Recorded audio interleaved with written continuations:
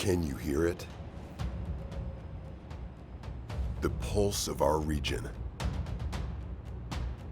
It's starting to sound like progress. It's happening here, and there, all around us. We're gaining momentum and catalyzing change. But it doesn't happen on its own. We need each other. Every person, every business, every organization, we all play a role. We're leading. We're collaborating.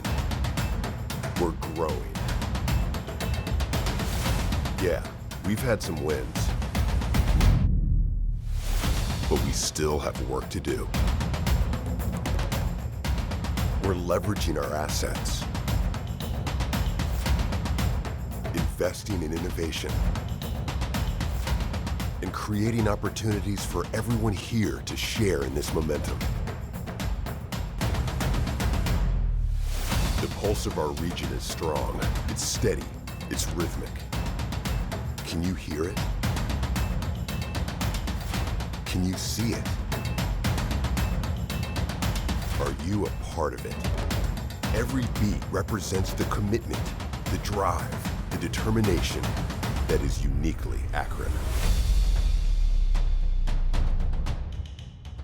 Our progress is palpable, but we've only just begun.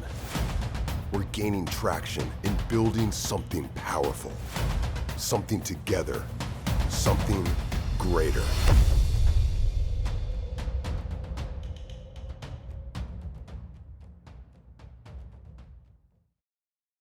Good morning, and welcome to the 2021 Economic Outlook, the last event in our Leadership Dialogue series. We're proud to once again be hosting this event in partnership with the Canton Regional Chamber of Commerce. And I'm excited to be sharing the virtual stage this morning with my colleague, Denny Saunier, President and CEO of the Canton Regional Chamber of Commerce. On behalf of the Greater Akron Chamber, I'd like to thank our sponsors who were listed on the slides at the beginning of the meeting. I'd like to give special thanks to our presenting sponsors, including Akron Beacon Journal Local IQ, Browse McDowell, First Energy, KeyBank, and SummaCare. The investment of our sponsors over the course of this fall's entire Leadership Dialogue series has been paramount to our ability to bring it to so many business leaders in and outside of the region. And on behalf of the Canton Regional Chamber of Commerce, I'd like to thank our sponsors as well, including Repository Local IQ, AltCare, Altman, and Giant Eagle. As many of you may know, the Akron and Canton regions have been working more closely together to increase opportunities and impact for the businesses in these areas. From our collaborations in the polymer shale industry and Experience Akron-Canton to the support of amenities benefiting both regions like the Akron-Canton Airport, our work together strengthens our regions and the businesses we serve, and we are looking forward to the opportunities ahead. The strength of the businesses in our regions relies on the strength of the economies in which they operate at the local, state, and federal levels. And as we all know, the economic implications of 2020 are rippling across industries, geographies, and businesses of all sizes. Beyond the pandemic, we're also on the cusp of a change in Washington, which will alter government policies and priorities. As we look ahead to next year, many questions remain about what's to come and how our businesses will be supported and challenged. The road to economic recovery is long and multidimensional. As we think about the path forward, we must be intentional about a focus on inclusive economic growth. Our businesses and economy cannot grow if everyone is not participating in it. Both the Canton Regional Chamber of Commerce and the Greater Akron Chamber are working to advance diversity, equity, and inclusion efforts, and today's conversation on the importance of inclusive growth is a critical one as we move forward. The resilience that the business community and our region has exhibited over the last 8 months has been nothing short of inspiring. We've come together in new and different ways to support one another. We've had to be more innovative, and we've had to adjust in record time.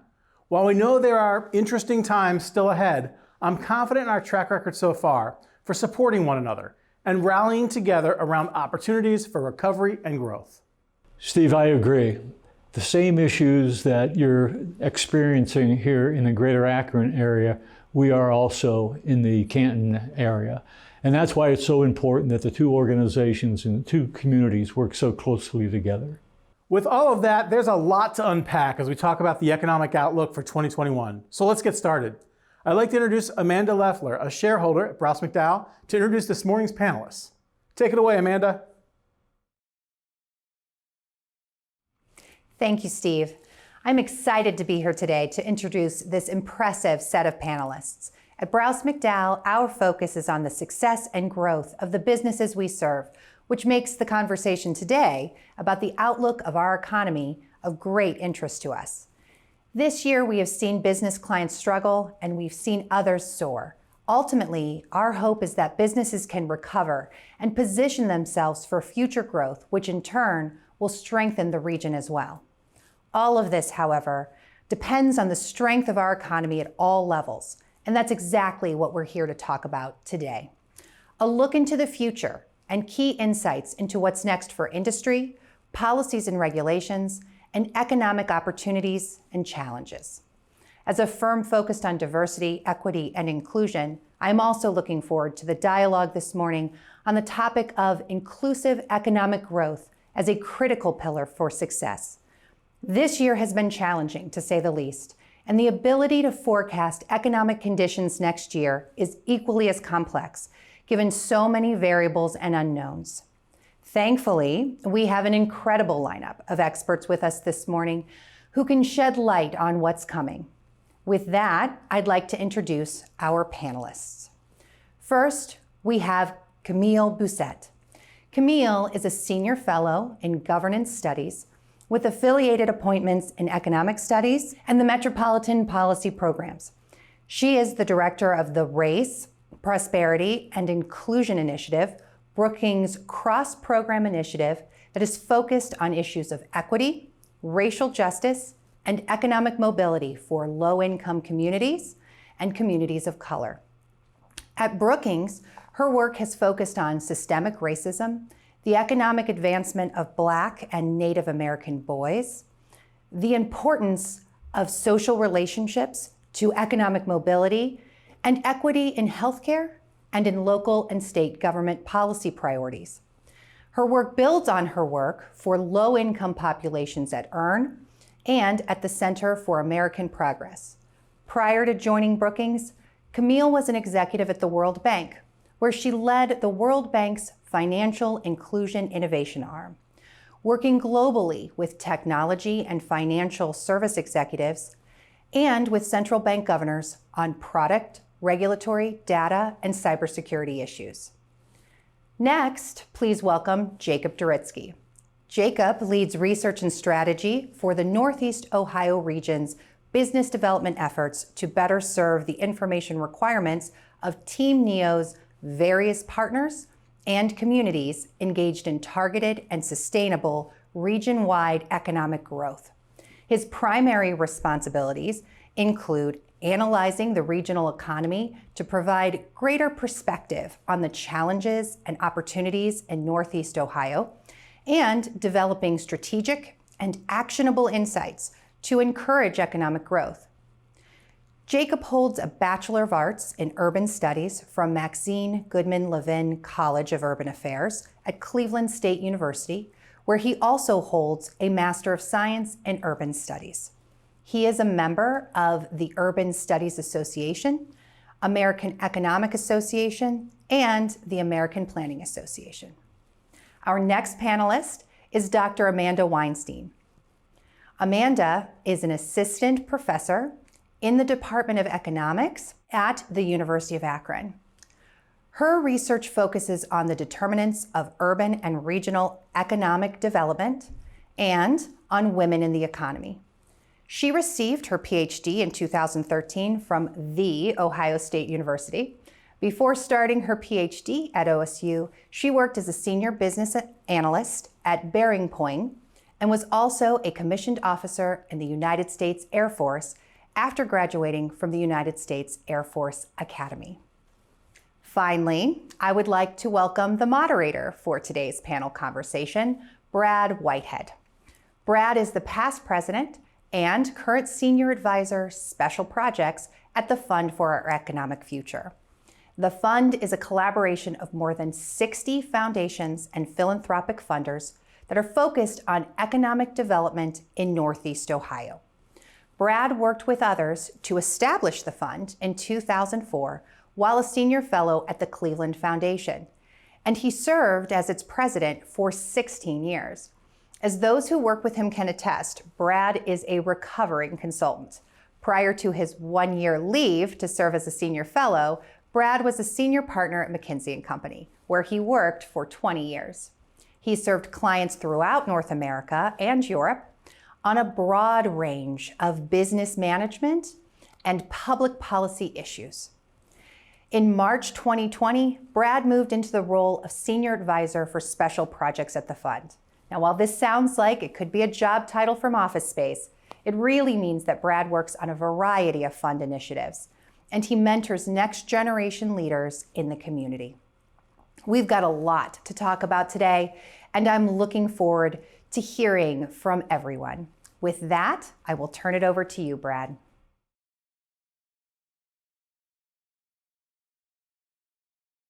Well, thank you, Amanda, and good morning, everybody. We do have a lot to unpack this morning, and I have been looking forward to this conversation for a long time. I'd like to begin, though, just by acknowledging what I think is the courage of the panelists this morning, because anybody who is offering an outlook for 2021 is pretty darn courageous in my book. In fact, I went back to last year's economic outlook discussion, and the program was full of great insights. And Jacob, I know you were on that panel, but the bottom line, as I saw it, is 2020 was predicted as being pretty much a boring year. And it turned out to be anything but. So we do have a lot to unpack because 2020 has been a crazy ride. In 2 months alone, in March and April, the US economy lost 22 million jobs. But then we got 12 million of those jobs back by September. But that means we're still down 10 million jobs, which makes this worse than it was at the worst point of the Great Recession. But one of the things I think we all know, and it was made clear by Amanda in the intro, is that this hasn't landed equally among all sectors and all people. We know that in the consumer goods industry, for instance, it's up 7%. It's doing better than it was before the pandemic. I know I sit on the board of a mid-sized consumer goods company, and we're having our best year ever. At the same time, the service sector is getting hammered. It's down 6%. And in fact, we call this the service sector recession. And that doesn't just affect businesses, it obviously affects people. And we know that the effects of this pandemic have landed differentially, and we'll talk a lot about that today. On how it lands on women, how it lands on people of color, and how it lands across the population. And so we see a world of two parts, and hopefully we can make sense of that this morning. But we also know that much is on the horizon. A vaccine may be right around the corner, or it may be 9 months out, but a vaccine is coming. We know we have a Congress that is contemplating another stimulus program, perhaps as early as next month. And we have a president-elect who's promising big action on a number of fronts, whether that's economic innovation, whether it's on racial equity, whether it's on climate change, and a whole host of other issues. So I have great hopes that in this conversation, we can start to make sense of some of this and maybe get some indication of what the future may hold. So with that, I'm wondering, Jacob, if we might start with you, and perhaps you can help us level set on the economy. And I talked a little bit about the national economy, but what's happening right here in Greater Akron and Greater Canton, and how are we doing, particularly compared to the rest of the nation? Yeah, sure. Thanks, Brad, and good morning to everyone. Honored to be on the panel with these distinguished panelists. It's funny, you talk about where we were last year at this point in time, where the biggest issue to delivering the economic forecast was a traffic jam that made us all late to the presentation. We know there'd be a pandemic a year later that we'd be dealing with. So forecasting is hard. That's absolutely true. I think what we're seeing right now, you touched on it a bit, is service sector is absolutely getting hit. If you look at hospitality, leisure, bars, restaurants, hotels, annual employment declines projected in 2020 in the 25 to 30% range. But really no sector of the economy is immune right now. We're seeing manufacturing, professional services, finance, insurance, all with declines projected somewhere in the 2 to 6% range. And the challenge I think we're going to face coming out of this from an employment perspective is the same thing we saw in the 01 recession that hit the industrial Midwest disproportionately hard. It's the same thing we saw in the Great Recession, which is that Northeast Ohio has gotten hit 2 to 3% harder than the country as a whole through these. And that's sort of what we're seeing this time around. The good news is GDP is looking to recover fairly quickly. So right now, projected GDP growth to where it was around 2022 on a track similar to the US economy. So we're going to see job loss. I think, a part of what we do as economic developers is think about, yeah, this looks daunting, but how do we think about changing that curve over time? And what can we as a region do to really, sort of create our own destiny and try to change that growth curve? Yeah, great. Jacob, just a quick follow-up on that. One of the characteristics of our economy has been during recessions, we tend to go down harder and come back a little slower. Yep. What are you seeing this time? Yeah, declines here in employment about 7 to 8%. US declines now projected for 2020 around 5.5%, so getting hit harder. Unfortunately, the data show that out to 2025 right now, we still won't have fully regained the jobs we lost due to the pandemic. As I mentioned, we hadn't regained the jobs we lost during the Great Recession when this pandemic hit. So those economic and demographic headwinds, declining population, declining labor force size, we're going to have to deal with those if we're going to get back to where we were. Okay, well, we'll talk upside in a minute, but what we see are some pretty stiff headwinds then I guess in the short term. Camille, Jacob has presented kind of an overall picture. I know you've been thinking a lot about how it plays out for people, and particularly for people of color. I wonder if you have some reflections on what you're seeing in this recession and the differential impact. Yeah, thanks a lot, Brad. And I just want to say good morning to everybody. It's great to be here. Thank you to both chambers for inviting me, and it's fantastic to be here with my fellow panelists, Jacob and Amanda. As both Brad and Jacob have mentioned, the 2020 COVID-19 pandemic has triggered the deepest downturn in output and employment since World War II.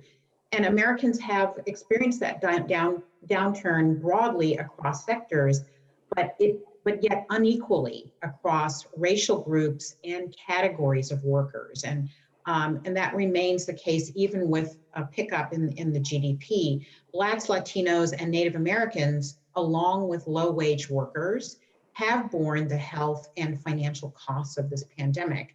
And so I just want to say that briefly, what we think of as a public health crisis has also deepened an existing equity crisis, particularly for Blacks, Latinos, and Native Americans. And the pandemic recession specifically threatens the financial and general well-being of tens of millions of American workers, so people who are on the lower end of the wage scale. So that continues to be the case, and we anticipate that will be the case for a while, at least another year or two. Yeah, thanks, Camille. And I, kind of looking out, I heard a statistic yesterday that said by the end of the year, unless action is taken, some 12 million people will be losing unemployment benefits. And so just thinking, as bad as it's been, it feels like unless some action is taken, it could get really rugged. That's correct. And so this is where it's going to be really important for Congress to pull together in a very bipartisan fashion and to do so fairly quickly. Because when you think about 12 million people who could lose their unemployment benefits, that's 12 million people plus families. So you have the multiplier on that is much higher. And that's, that means that there are whole segments of the economy which will continue to fall because there will not be an adequate tax base, there will not be an adequate consumer spending, and people will be having to make very, very hard choices about meals and rent and mortgages, et cetera. So definitely we need to get some action in Washington. My goodness. So Amanda, you've been spending a lot of your research time focusing on issues of gender. What are you making of what you're hearing from Jacob and Camille, and what you're seeing going down in the economy. Yeah, so a lot of times when we look at, and thank you for having me. When we look at what's going on in the economy, we see these averages and it can mask kind of what Camille said, what's happening on differential sectors to different people of color. And it also masks a little bit about these gender differences. And what's happened in this recession has been a complete reversal of what happened in the last recession. In the last recession, at the peak of unemployment, we saw men's unemployment higher than women's. And this time it's flipped, which has not been the case in the most recent recessions. And now if you look at unemployment, now women's unemployment is actually slightly below men's. And so it would seem like, oh, well, maybe, they've recovered a little bit more. But actually, if we look at the jobs numbers, 4 times as many women have dropped out of the labor force than men. And those women are not captured in the unemployment figure. So when we have people drop out of the labor force, that's not captured in unemployment. And so now we're thinking, why are we dropping out of the labor force? So these are people who aren't even looking for a job. Either they've given up, they can't find one, or they know, I can't even get a job right now because I'm potentially taking care of my kids and they don't go to school anymore and I can't find childcare. And so a lot of the basic things that especially women need to go to work have just been taken out from under them. So you have a lot more women who can't go to work right now because of issues with childcare. And you also have these trends that are different in terms of the differences in sectors.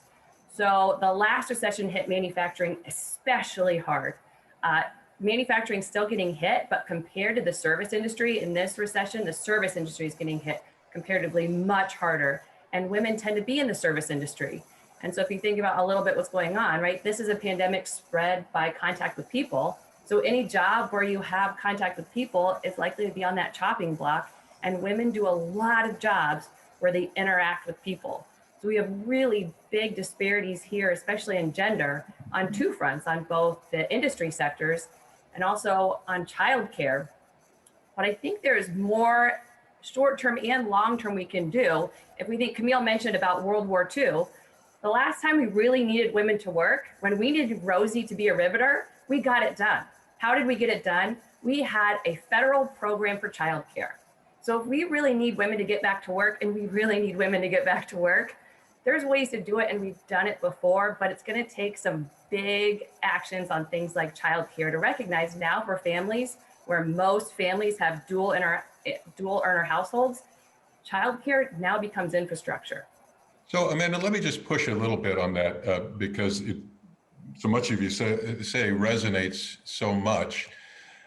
One of the questions that I bet is swirling in many people's mind is the degree to which this is transitory, and that if the vaccine does come, might we just go back to where we were and the service economy will lift again? Or I hear others saying, no, look, we've lost something fundamental. And I'm curious whether you see this as transitory or fundamental. So part of the transitory nature depends on things like how many businesses close, right? So if we see a lot of businesses close, it's going to take time to see those businesses start back up. You can't kind of have a restaurant overnight or have a new business overnight. So that's going to slow it some, especially the harder those businesses get hit now. But you also have some long-term effects of leaving the labor force. And this is for men and women. So if men or women leave the labor force, they can have some very long-term effects. It just happens to be more placed on women getting out of the labor force, typically for children and to deal with those type of things.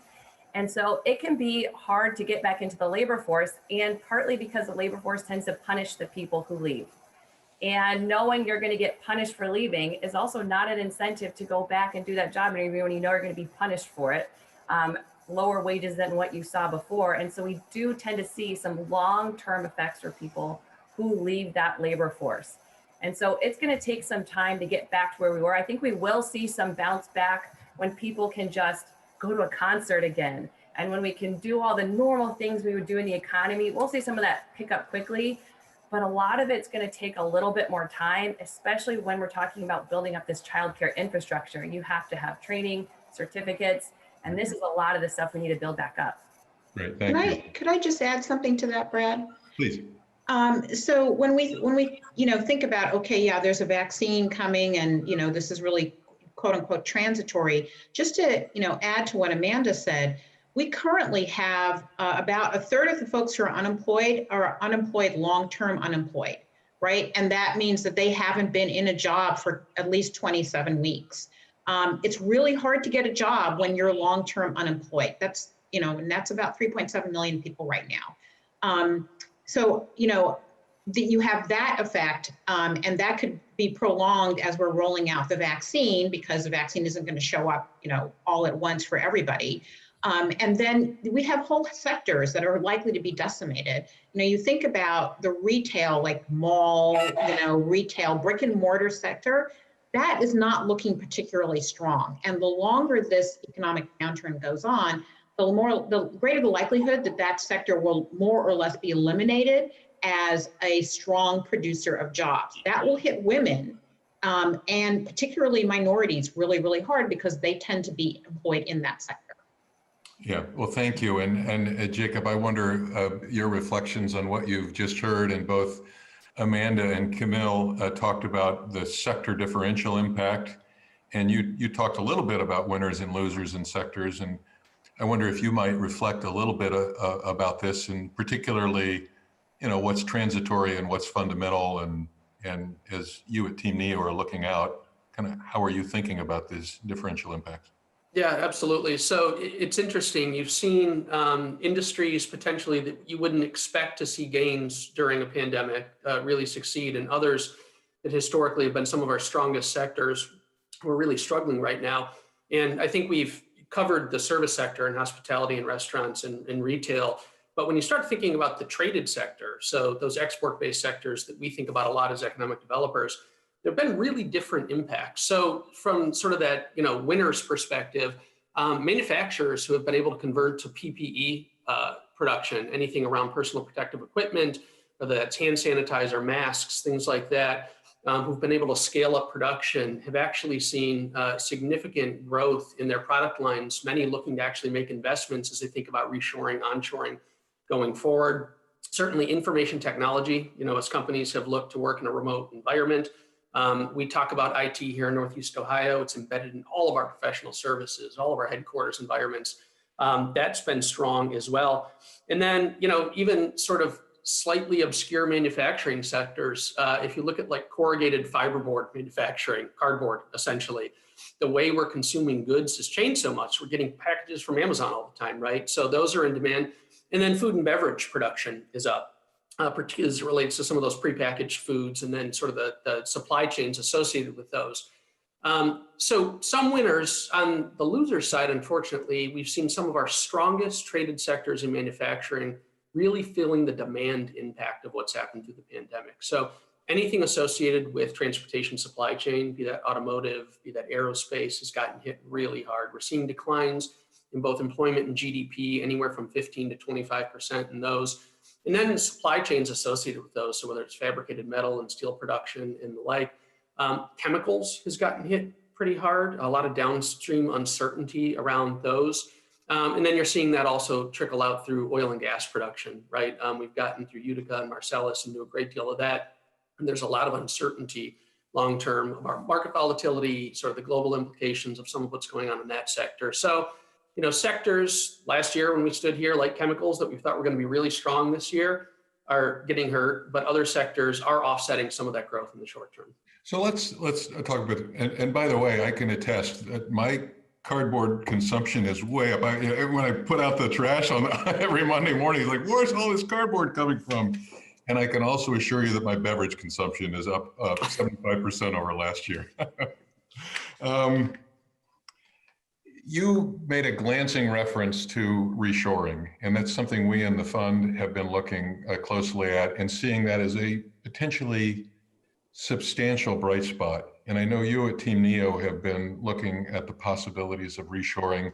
That was this idea of manufacturing and production coming back to the US and hopefully coming back to Akron and Canton. That was a trend that seemed to be in place before the pandemic, and now people have seen these supply chains getting rattled. Is this a for real thing in your mind, Jacob, and what can and should we be doing? So I think it's a for real thing, but I do think we have to sort of pump the brakes a little bit on the overall impact of it. There are cost equation principles at stake that are still going to be hard to get around, right? So if you think about I would call them inexpensive goods coming largely out of Asia, the types of things that are injected molded that you can ship cheaply and inexpensively. There's not much of a value add for production here on those things. But what we are seeing is that when you look at supply chains and some of the products coming in, I'll give you an example, small motors like you might use in a blender or something like that. When you look at the value add products being made where that cost equation, the differential really isn't there as much as it once was, and you're thinking about what happened due to the pandemic and due to the disruptions in supply chains, it starts to create a new value proposition. So I think we have to, as a region and as Greater Akron, Greater Canton, be selective in how we go out and target those. It's not going to be uniform across the board. Everyone's just going to reshore. But I absolutely think there are opportunities strategically to think about what we do well here and how we leverage some of those sectors that have been most impacted internationally, and not just in Asia, but also in Western Europe and Germany and other parts of the world. Yeah. And, I don't know whether to direct this to Amanda or Camille, but one of the things that we've seen in our research on reshoring is that the idea of coming back is where and how the production comes back is going to be dependent upon the quality of the workforce, and are they prepared for those jobs, and that will be the differentiator. And Amanda, go ahead. Oh, sorry.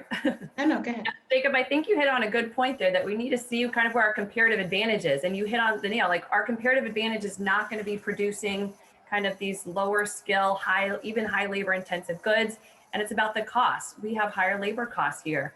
Our time costs more. So we need to look at really where we have the comparative advantage.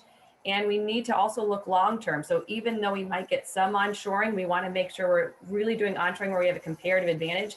Because otherwise, long-term, when the pandemic's gone, if we haven't really focused on our comparative advantage, that trend is probably going to continue with increasing globalization, increasing trade, and trying to push against that really big headwind is long-term not going to be a great strategy unless we're doing things like finding what is our comparative advantage, and it tends to be like this more high-skilled manufacturing.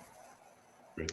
Yeah, I was gonna say, something very similar, which is that reshoring will work as a long-term strategy to the extent that everybody who's employed in those growing sectors has the technology knowledge and the other kinds of skills that are required. And they are really, high-level skills that are required to do those kinds of jobs. And so that's why I think it's particularly important to continue to focus on workforce development and to continue to focus on retraining.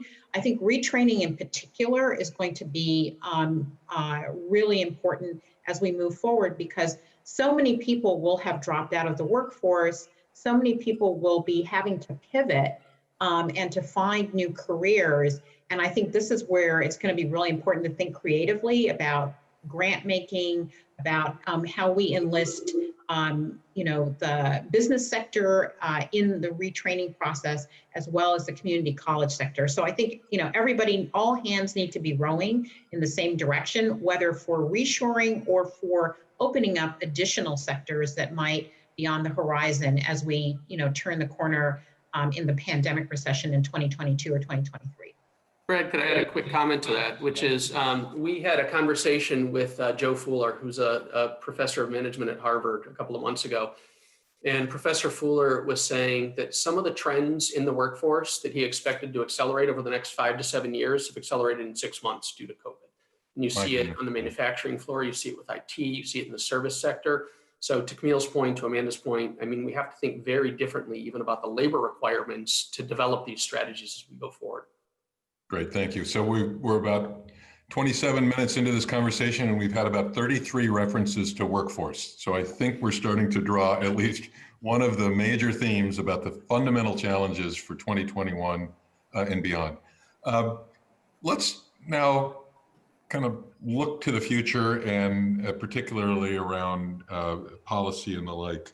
And maybe we should begin with what has been done. So Amanda, a lot of people, economists have been saying, look, for as bad as it's been, the 22 million jobs or the net negative 10 million jobs, it could have been much, much, much, much worse, but for the fact of a pretty aggressive government intervention around the first stimulus program. I'm wondering what your reflections are as you've looked at that stimulus program, what went well, what didn't go well, and what some of your headlines are for that as we think about what the next round ought to look like. Yeah, one thing that I track regularly is consumer spending. And if you look at over this pandemic, what happened to consumer spending, we saw when the first case hit the US, and then especially when those schools closed, consumer confidence just tanked. It went into free fall. And this freaked us out. And when we get freaked out, consumer confidence wanes, we stop spending money, and we basically saw that free fall continue and flatline up until the point we got those stimulus checks. And once we got those stimulus checks and got money in the hands of people, then we started seeing spending come back up again, because people who didn't have the money because of lost jobs or whatever it was because of the pandemic had money to then actually go spend on the things that they need for their family. And so it became really important to get people back spending again. And the other thing is, when we're not spending, that means businesses aren't getting that money. That means they're not selling their goods and services. And so this is when we also had the PPP program kick in to help businesses keep people employed, keep people on the payroll, and make sure that those businesses don't go out of business, to have those long-term effects. And so we see some positives of that PPP program. So I think the PPP program has been largely successful in helping businesses to not go out of business. I think it could have been a little bit more flexible. The focus was on payroll, and I understand that focus. However, payroll is not the only cost to firms. They also have to pay rent. And so we need to give businesses maybe a little more flexibility of what they need to do with that money. Maybe really what they need to do with that money is get an app, start a delivery service.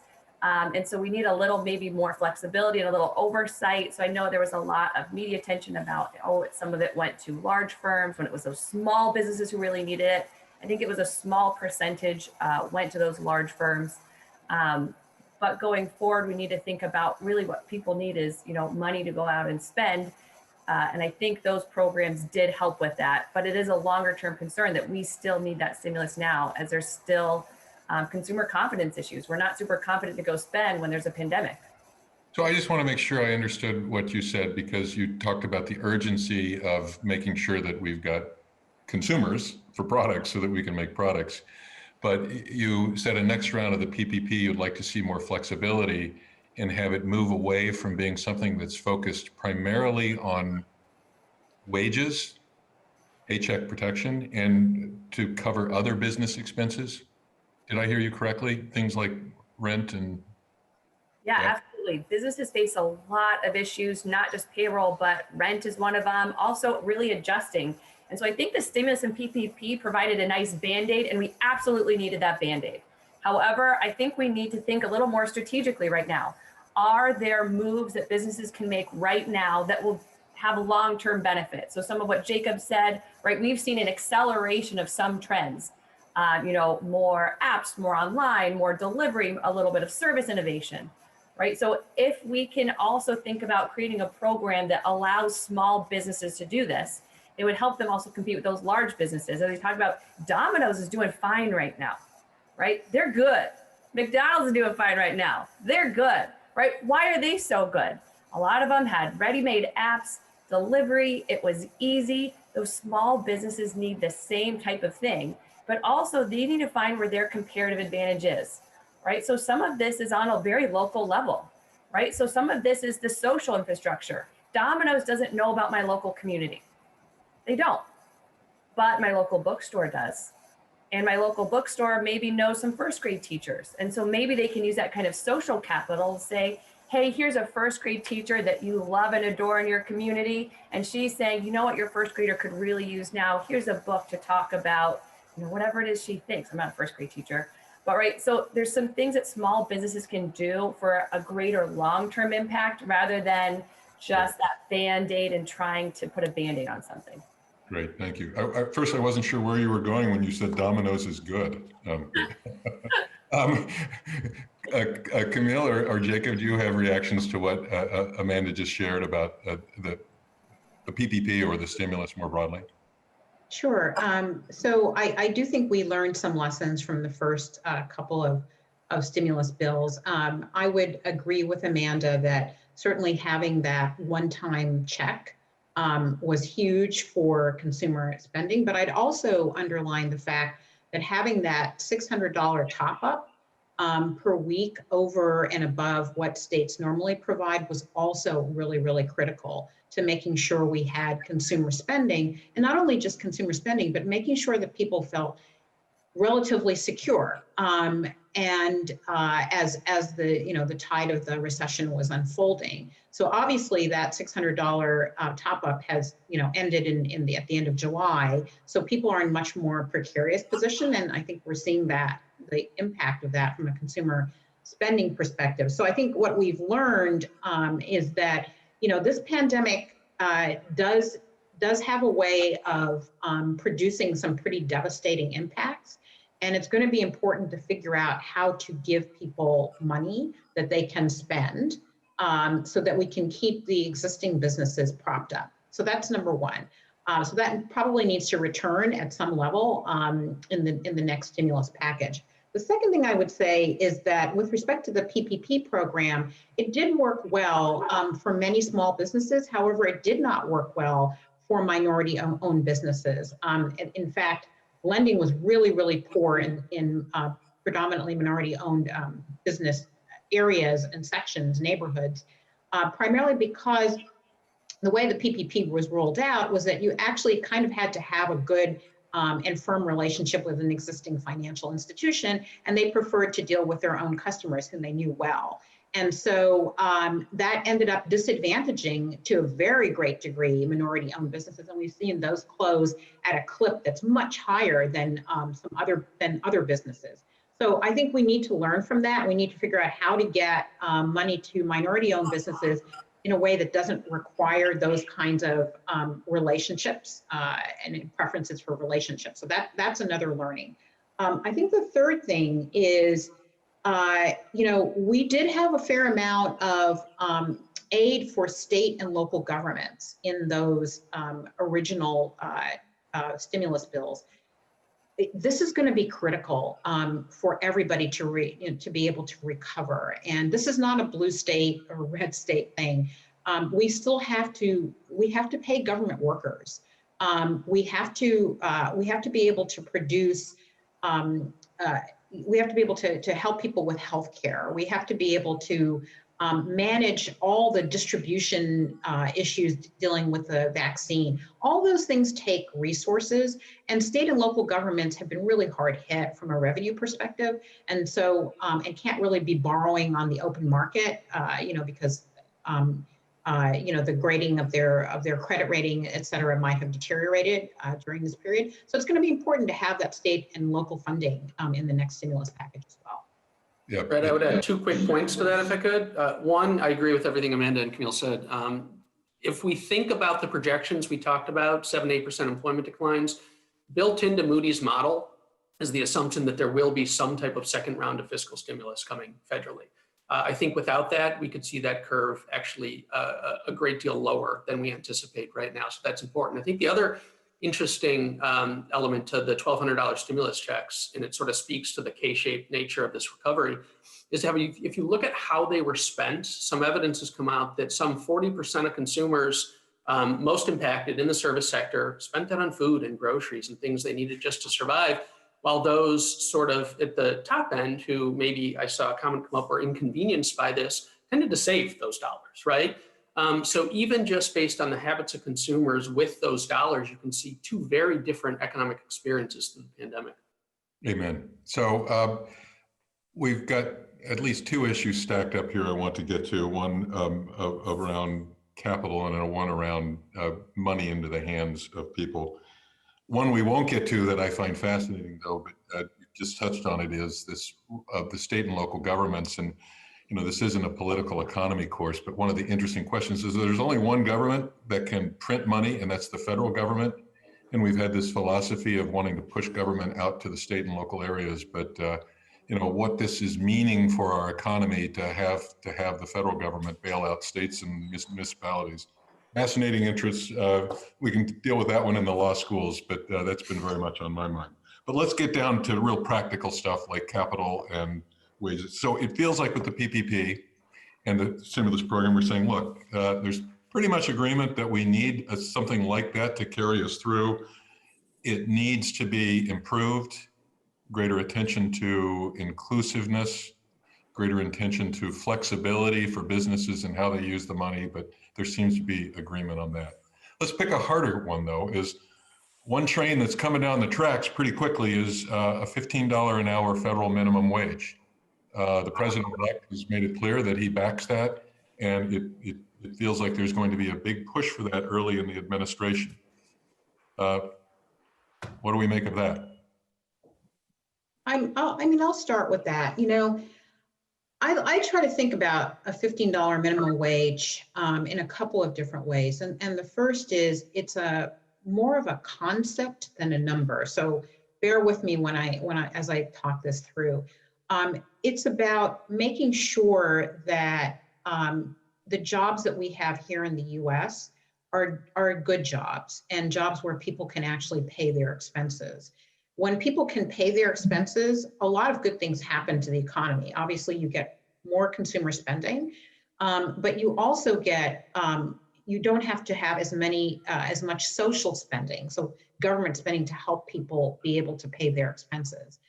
So I think of it more as a concept. You know, do we want to be the kind of society where people can actually work and pay their expenses, or do we want them to work, not be able to pay their expenses, and then we have to bring in support elsewhere? And in the process, we sort of hamper the ability for consumer spending to be as robust as possible. So that's number one. And then number two, when we think about a $15 an hour wage, we have to remember that this is not something that's going to be, happen on day one. Usually these kinds of things are phased in over a number of years. And, a $15 an hour wage in one place may not be the same thing in another place. It just may not lead to the same standard of living. So I think it's good to take a deep breath and sort of think about, okay, first of all, this is not going to be immediate. And then secondly, it's more of a concept. And so the other thing that I would say is that in the places where the $15 an hour wage has actually been enacted, and there was a lot of discomfort about the impact that would have on businesses. And it turns out that in the places that this has already happened, the impact on businesses has not been as negative as we would have expected. So a lot of businesses have been able to adjust because they've had time to adjust. And it isn't the huge deadweight loss that a lot of people anticipate. So remember, when we're thinking about wage increases, when you know it's going to happen, it's like a regulation. If you know it's going to happen in 2 years, you have lots of time to prepare.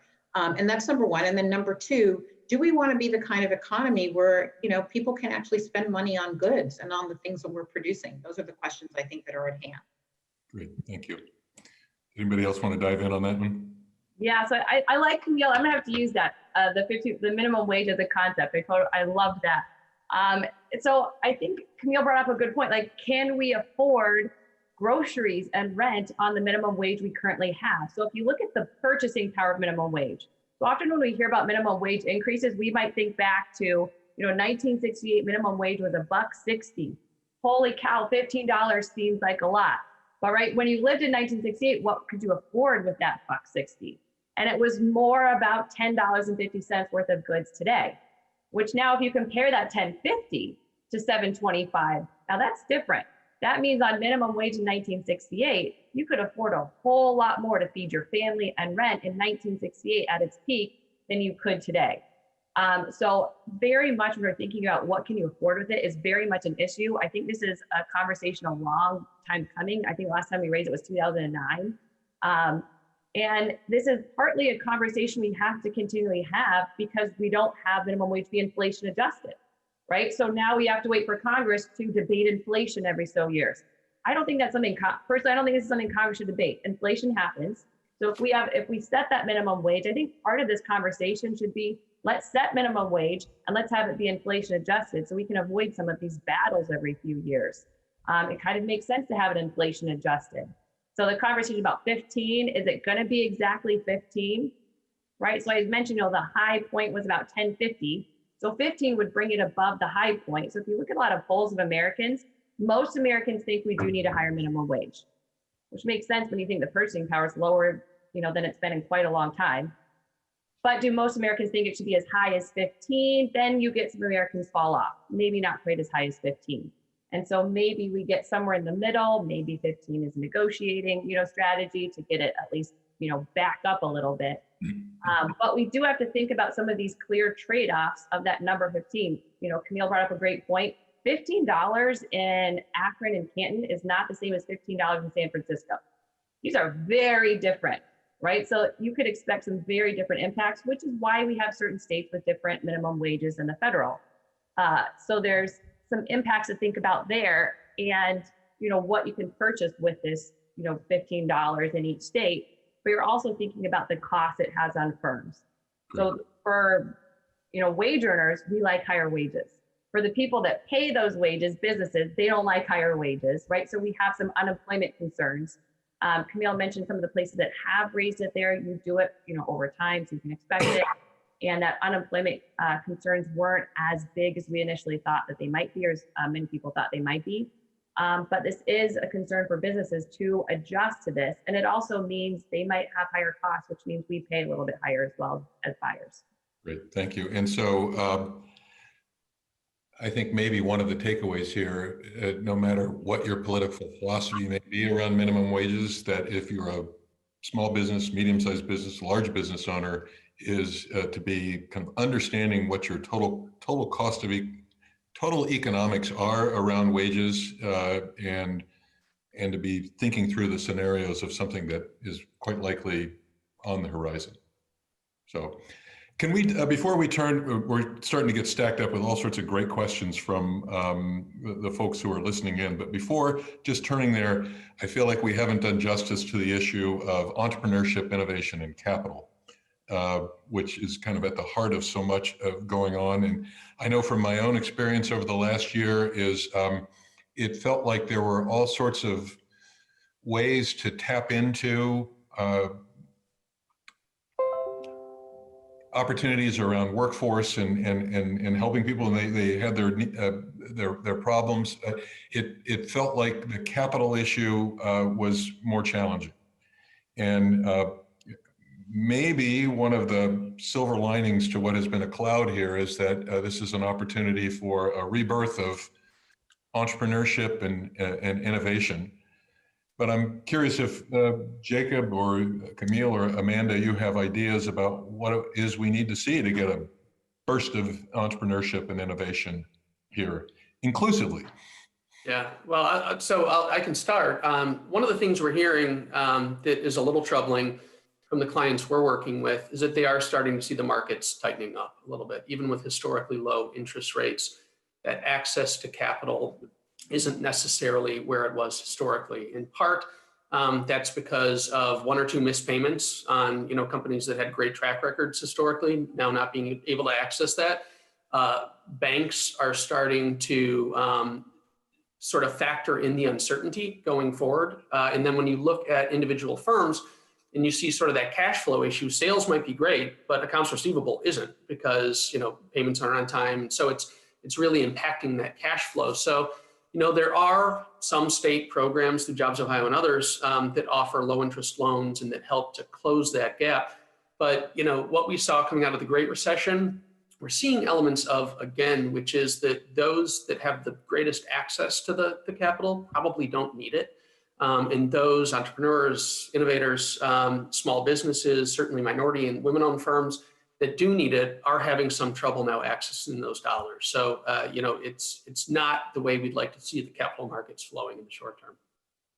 Camille, I see you nodding your head. Yeah, I mean, I think Jacob really hit it on its head. I think a couple of things there. I'll just provide some more details. So first of all, entrepreneurships and entrepreneurs are they're really a great financial engine in this country, and particularly in this region. And they could really be not only a financial engine, but a great set of employers.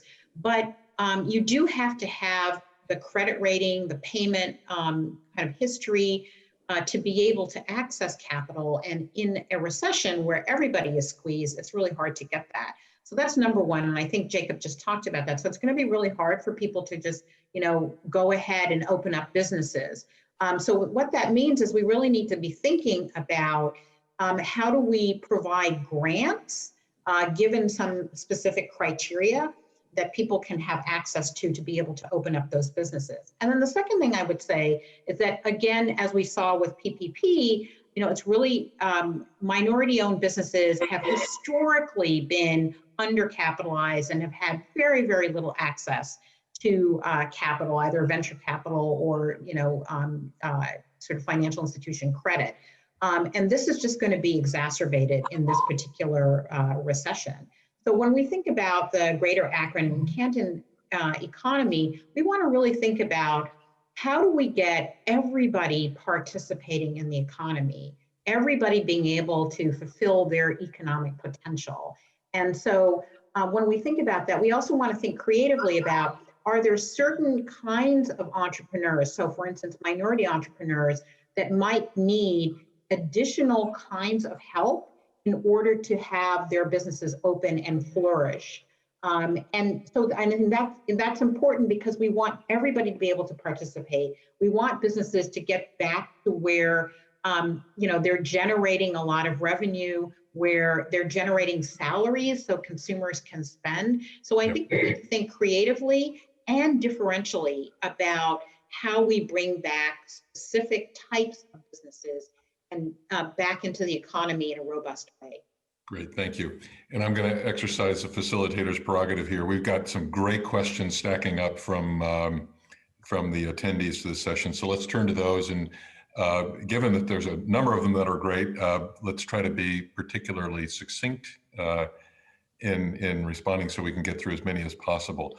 The first one here that I find interesting gets at the question, has there been any data to your knowledge on the impact of what happens to the prices of goods and services from businesses that adopt a higher wage, say a $15 minimum wage? It says, I've always wondered if the wage increases would have little impact to the individual if the cost of goods and services would rise to cover the expense.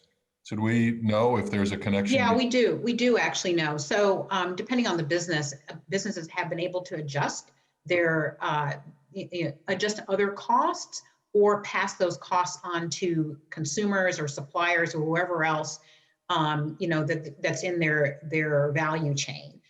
That's why I think it's important when we think about a minimum wage to think about a kind of a lead-in, right? Instead of saying, okay, we're passing it now and it's effective on January 15th, it's like effective in 2 years, and that gives people a chance to play with the various numbers. But you can definitely compensate for a minimum wage with different kinds of scenario planning, Right. and for your, you can adjust your costs and your prices accordingly.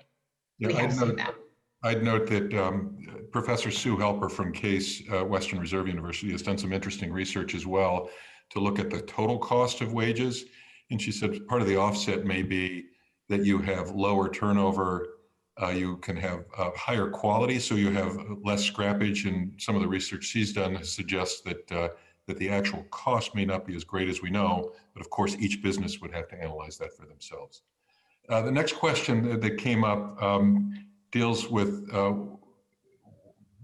what we call the benefit split, but it's just saying, look, if we move towards a higher wage, what are the risks that people will then sort of price themselves out of the government support for housing, childcare, utilities? And so what would we need to think about institutionally to make sure that people aren't kind of worse off by ostensibly having a higher wage, but then losing critical government supports? So I'll just grab that really quickly. So we have a problem in this country where we do have a lot of supports for people who are very, very poor, right? But we don't have supports for people who are emerging from that and not yet at sort of the middle class level where they can take advantage of all kinds of tax credits. Nationally, that is a problem. Making that transition is a problem. So it's a very, very good question. And it's something that I hope we will spend some time thinking about at the national level. Great, thank you. So here's Here's a good one with upside here. And Jacob, this may be to you, but anybody take it. It says, look, what are the prospects right now of attracting remote workers to the Canton-Akron area from places like New York and San Francisco where housing is high priced? And I'll just say parenthetically, I had all my kids come back and quarantine in Cleveland from Philadelphia, Boston, and elsewhere. And now I need to get them to stick here permanently. A great question. And it's actually one of the strategies that is a region I think we've been considering, which is, you're not going to reverse some of these trends overnight, but as companies go more to remote learning, you're seeing a lot of companies, your Twitters, your Googles, talk about permanent remote working. We offer a value proposition that could be attractive to those workers. Now, that said, I always caveat it by saying, look, if you want to live near the ocean, you want to live near the ocean. I mean, there's not much we can do to change that, right? But if we have a lake in some parts. But, if you're at a certain point in your life, maybe with family here, maybe you're having kids, I do think we have a unique value proposition. The challenge, the opposite to that is those tend to be very hard, very expensive strategies, really, frankly, to put in place. Very targeted. You've got to find the right person at the right point in time in the right career who's thinking about making that move. All that said, I think it has to be part of our regional talent strategy. And as we think about the prongs that over time will help close the jobs gap, that'll help reverse population trend, it's bringing people back and it's keeping people that go to our institutions, our universities, our colleges here over time. Yeah, just to piggyback on that. So I think that is really the question when we see longer term trends in our economy, is that as incomes have increased, things like living in a nice area are these kind of normal goods that you see higher demand for. And so we have a little bit more ability, if you look at young people now, have a little bit more ability when they graduate college to live in a place that they want to live in. And that's very different than a place that they have to live in, right? So I think really the conversation that we need to have around our economy needs to be, right, when we think about why our housing value is so low compared to a place with a beach, right? This is also not a super great signal as people are voting with their dollars where to live, but it doesn't mean we're left out because we don't have a beach. Like Jacob said, we have a lot of other things. We have a lake, so maybe we build on those amenities. We have a lot of social infrastructure, social capital. So you have, kids, it's a great place to raise a family, but we need to really start having more conversations about what makes Akron, what makes Canton a nice place to live? What can we do to invest in those communities so people want to live here and they want to live here, especially now that they might be able to do remote work for DC or San Francisco or wherever it is. So what are those investments that we can make right now to make it a nice place for everyone? Yeah, and I, for one, am pretty encouraged by some of the things I see going on in Canton and Akron, and so I feel and hope we're on a good trajectory. Hey, here's one that is an interesting one, and it relates to a personal anecdote. It says, what about individuals whose positions are valued at $15 an hour today? Would they get a pay raise, say, to $20, $21 to keep the differentiation in their role? Because this feels to them like it is a recipe for wage inflation. And I'll note that a buddy of mine owns a small to mid-sized manufacturing firm, and about a year and a half ago, he raised wages that way. And he said that it did cause a ripple effect of having to lift wages elsewhere in the organization. So I will just say that I think every business is going to have to take a look at their cost and their wage structure. I think it's definitely an important question, and it's not only just an important question from a cost perspective, but it's an important question from a personnel perspective. So if you've been working in some organization for a while and getting $15 an hour, and then some young person who's 19 kind of shows up and is now also making the same with a lot less experience, those are the kinds of issues and dynamics that introduces are important to manage. And so that, again, I think all of that it's all manageable, but you need to have lag time in order to figure out those issues and to anticipate them. So great question, not only on the cost structure, but also just, how does it change the workplace dynamics and the way people feel about how they're valued? And those, each business has to make their own determination around that. But having some time to figure that out is going to be key. Anybody else want to weigh in on that one? Yeah, so I'd also say on that, I think, you just what Camille said, you're going to have to rethink about potentially other wages. If you've been at a company for 10 years, you're not going to be happy with someone's making the same thing that you are coming on. Some of this is also thinking about, things that I even talk with my students about market structure.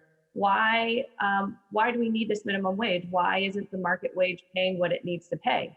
And so we're thinking about, are there larger things going on in the economy where you have some imbalances in market power?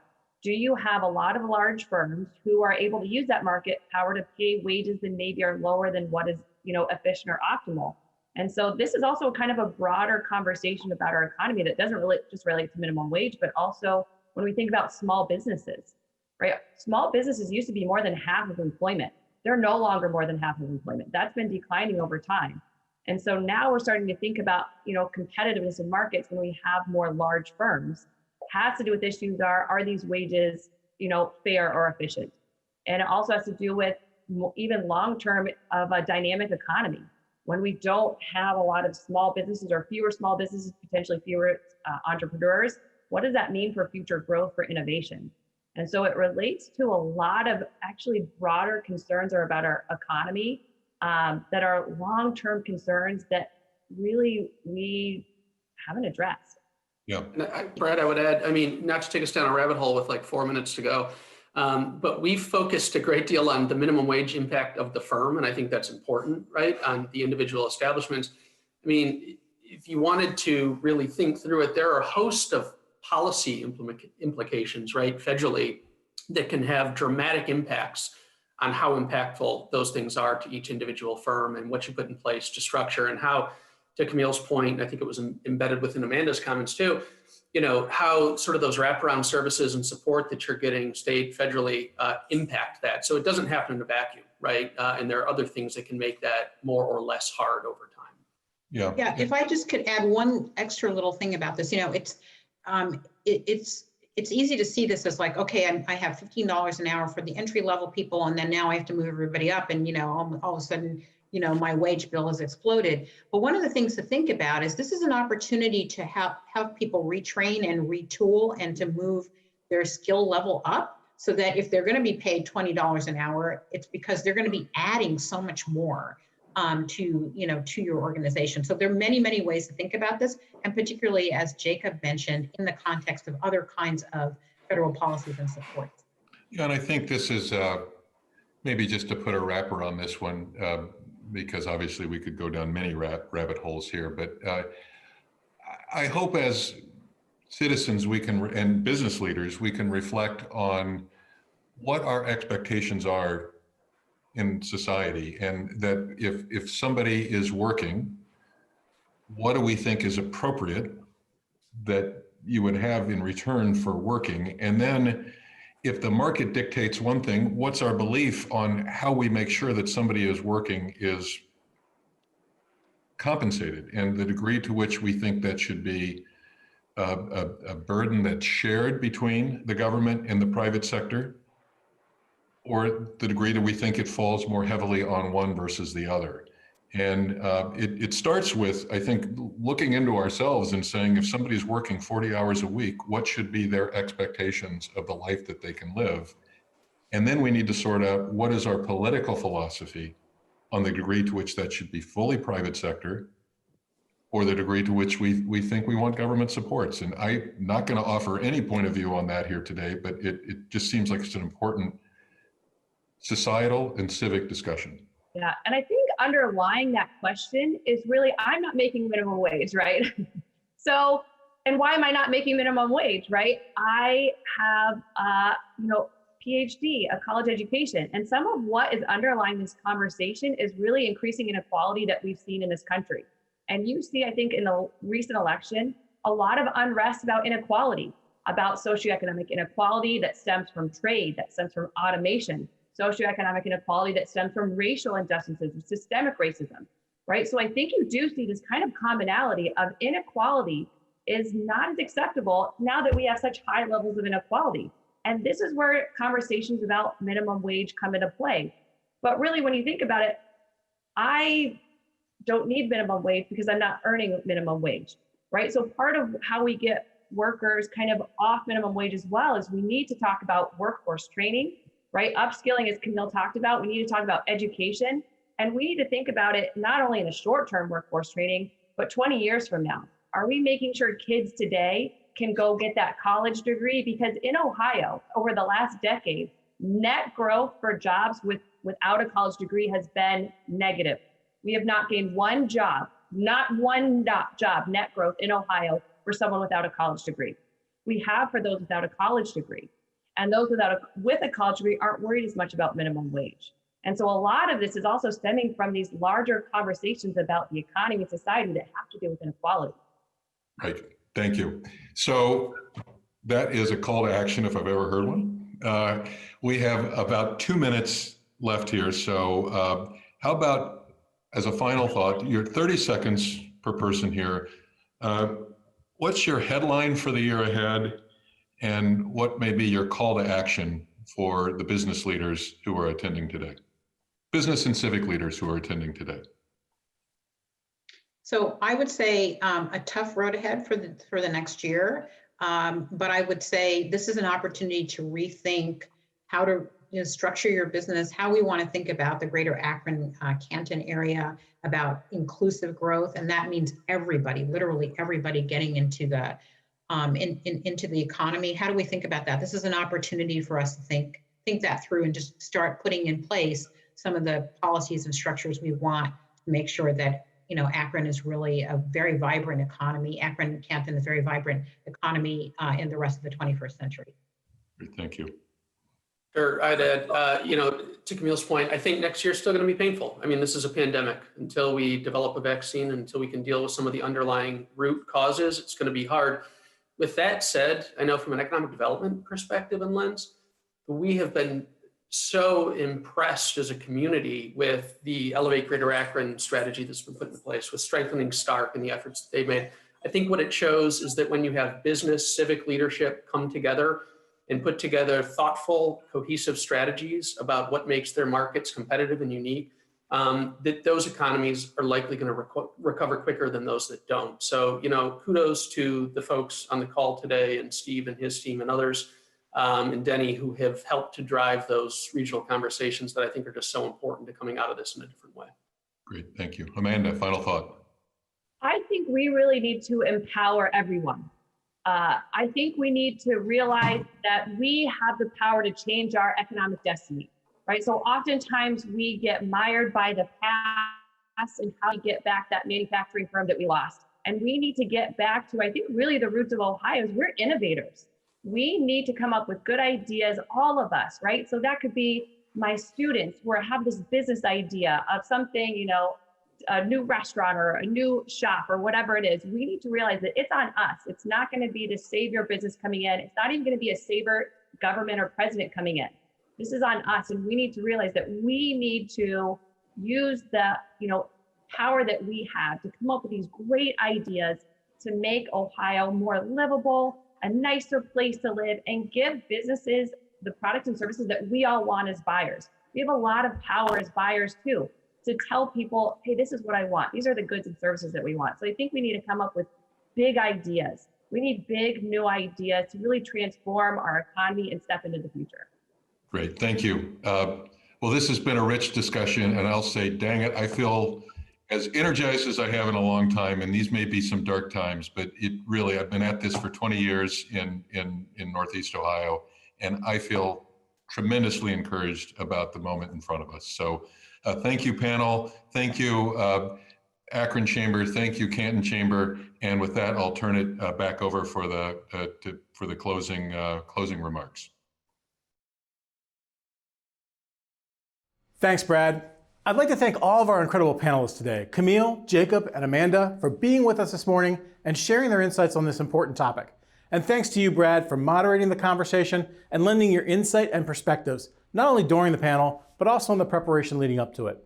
I'd also like to thank the Canton Regional Chamber of Commerce for its partnership in this event and their collaboration on a host of other critical initiatives that position the Akron-Canton Metroplex for growth. We appreciate the support of the sponsors that joined us for this event on behalf of the Canton Regional Chamber, including Repository Local IQ, Altcare, Altman, and Giant Eagle. As you heard today, there are many uncertainties for the economy ahead, but I can't help to think that means there's lots of opportunities for us as well. I'm energized by the region's focus on recovery and growth, and I'm hopeful for the future success of our companies. Now, for the Greater Akron Chamber, this event concludes our Leadership Dialogue series for 2020. Given the success of the series this year, attended by more than 900 leaders at more than 400 companies, we'll be carrying it into 2021 as the core focus for our content and programming. We're committed to being a convener of important conversations and facilitating dialogue.